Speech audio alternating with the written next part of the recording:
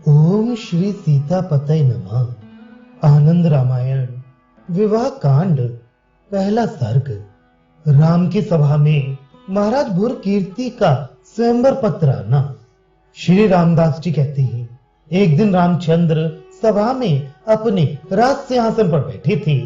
उनके ऊपर सुंदर छत्र लगा हुआ था और उनके चारों ओर कितने ही मंत्री बैठे हुए थे। इसी समय एक दूत आया और वह अपने प्रभु का संदेश सुनाने लगा। उसने कहा, पूर्व देश के अधिपति महाराज भूर कीर्ति ने आपके चरणों का दर्शन करने के लिए मुझे भेजा है। आप मेरे स्वामी पर कृपा करके ये पत्र पढ़ लीजिए। इतना कहकर उसने वह पत्र राम के दूत को दे दिया। उस दूत ने लक्ष्मण के हाथ में दिया और प्रणाम करके चुपचाप बैठ गया। लक्ष्मण ने सुंदर कपड़े में बंधे हुए उस पत्र को खोला और मधुर स्वर से बांचकर राम को सुनाने लगे।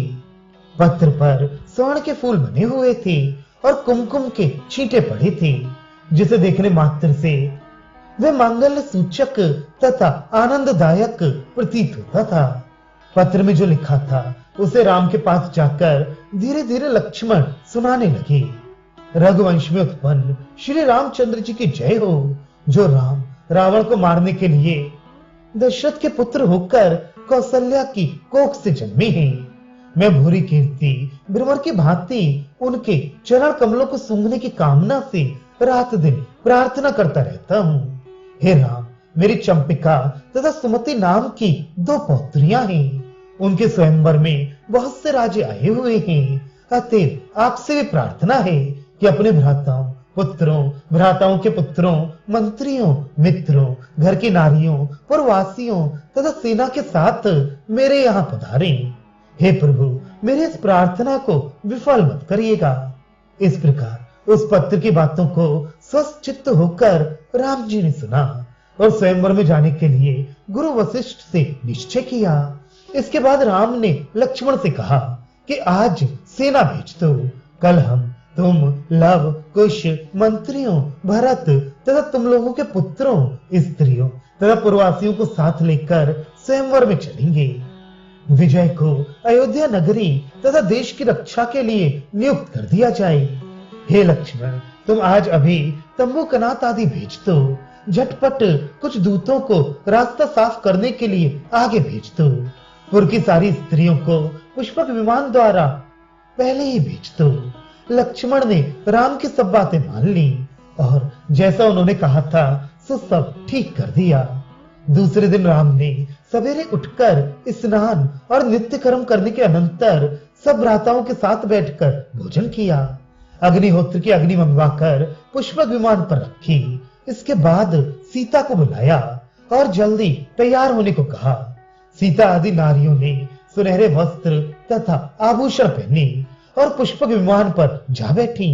इसके बाद राम एक सुंदर हाथी पर बैठकर चले। उस समय उनके ऊपर श्वेत छत्र लगा हुआ था और सेवक उन पर चमर डुला रहे थे। सबसे आगे गुरु वशिष्ठ का हाथी था। उनके पीछे राम और राम के पीछे लक्ष्मण का हाथी था। उनके पीछे कुश आदि 8 बच्चे और भरत शत्रुघ्न का हाथी चल रहा था। इन सबके पीछे मंत्री तथा पुरवासी अनेक प्रकार की सवारियों पर सवार होकर शीघ्रता से चले जा रहे थे।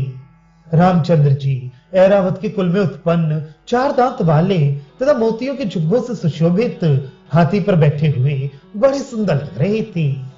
इस तरह बंदी जन माधव आदकों के द्वारा स्तुत होते हुए उन्होंने नगर में प्रवेश किया। राम के आगमन का समाचार सुनकर नगर की नारियां उनके दर्शनों को भागने लगी। कोई भोजन करती थी और कोई भोजन बना रही थी, तो उसको झोंका त्यों छोड़कर भागी। कोई बालों को संभाल रही थी, वे केशों को हाथ में थामे ही दौड़ पड़ी। किसी का पति आलिंगन कर रहा था। इतने में राम का आगमन सुना तो स्वामी का हाथ झड़क कर दौड़ आई। कोई अपने पति के पैर धो रही थी। उसने एक पैर धोकर दूसरा पकड़ा ही था कि उसे खबर लगी कि सीता के सहित राम आ रहे हैं। वे तुरंत दौड़कर प्रासाद पर चढ़ गई। कोई पति के साथ शैया पर सोई थी। इससे उसकी आंखों का काजल मुंह भर में लग गया था। वह भी समाचार पाते ही आंखों के सामने वाले बालों को हटाती हुई दौड़ी। कोई उपटन लगा रही थी, वे एक हाथ से साड़ी संभालती हुई चली आई। कोई कामनी नुपुर पहन रही थी, वह केवल एक ही पैर में उसे पहनकर अपनी अटारी पर दौड़ पड़ी। कोई पति से बातें कर रही थी, वे जहां तक बात कर चुकी थी वहां ही छोड़कर दौड़ आई। कोई पति के लिए भोजन बना रही थी, वह भी पात्र को ज्यों का त्यों छोड़कर राम को देखने के लिए दौड़ पड़ी। कोई स्नान करके तुलसी तथा महादेव की प्रदक्षिणा कर रही थी, वह भी राम का आगमन सुनकर उसे अधूरा ही छोड़कर भाग चली। कोई चंद्रमुखी रमणी कुएं पर पानी भरने गई थी, वह रस्सी और घड़ा कुएं में ही फेंक कर चल पड़ी। कोई एकांत में बच्चे को दूध पिला रही थी, वह बालक को लिए ही दौड़ी आई। कोई भोजन आदि के कामों से निपटकर अटारी पर जाना चाहती थी, वह आधे कपड़े पहने हुए ही चली आई। इस प्रकार अनेक तरह के कामों को करती हुई स्त्रियां अपना अपना काम छोड़कर राम के दर्शन के लिए छतों को और छज्जों पर आ खड़ी हुई। हाथी पर बैठे हुए राम को देखकर स्त्रियां उन पर फूलों की वर्षा करती हुई आपस में इस प्रकार बातें करती थीं। राम की माता कौशल्या धन्य है, जिन्होंने राजाधिराज राम जैसे पुत्र को जन्म दिया। कोई कहने लगा कि जनक नंदिनी सीता धन्य है कि रामचंद्र जी जिनके अधर रस का पान करती हैं। कोई बाला ज्ञात होता है कि सीता ने पूर्व जन्म में दुष्कर तपस्या की थी, जिसके प्रभाव से वे आज राजाधिराज रामचंद्र की प्रिया वधु बनी हैं। कुछ स्त्रियां कहने लगी कि हम लोग बड़े अभागनी हैं, जो सीता की दासी होकर भी राम की सेवा नहीं कर पाई। इस तरह नाना प्रकार की बातें सुनते हुए रामचंद्र जी राजमार्ग से चलकर हाथी से उतरे और राजा भूरी कीर्ति द्वारा सजाए हुए भवन में गए और सीता भ्राताओं तथा बालकों के साथ टिके।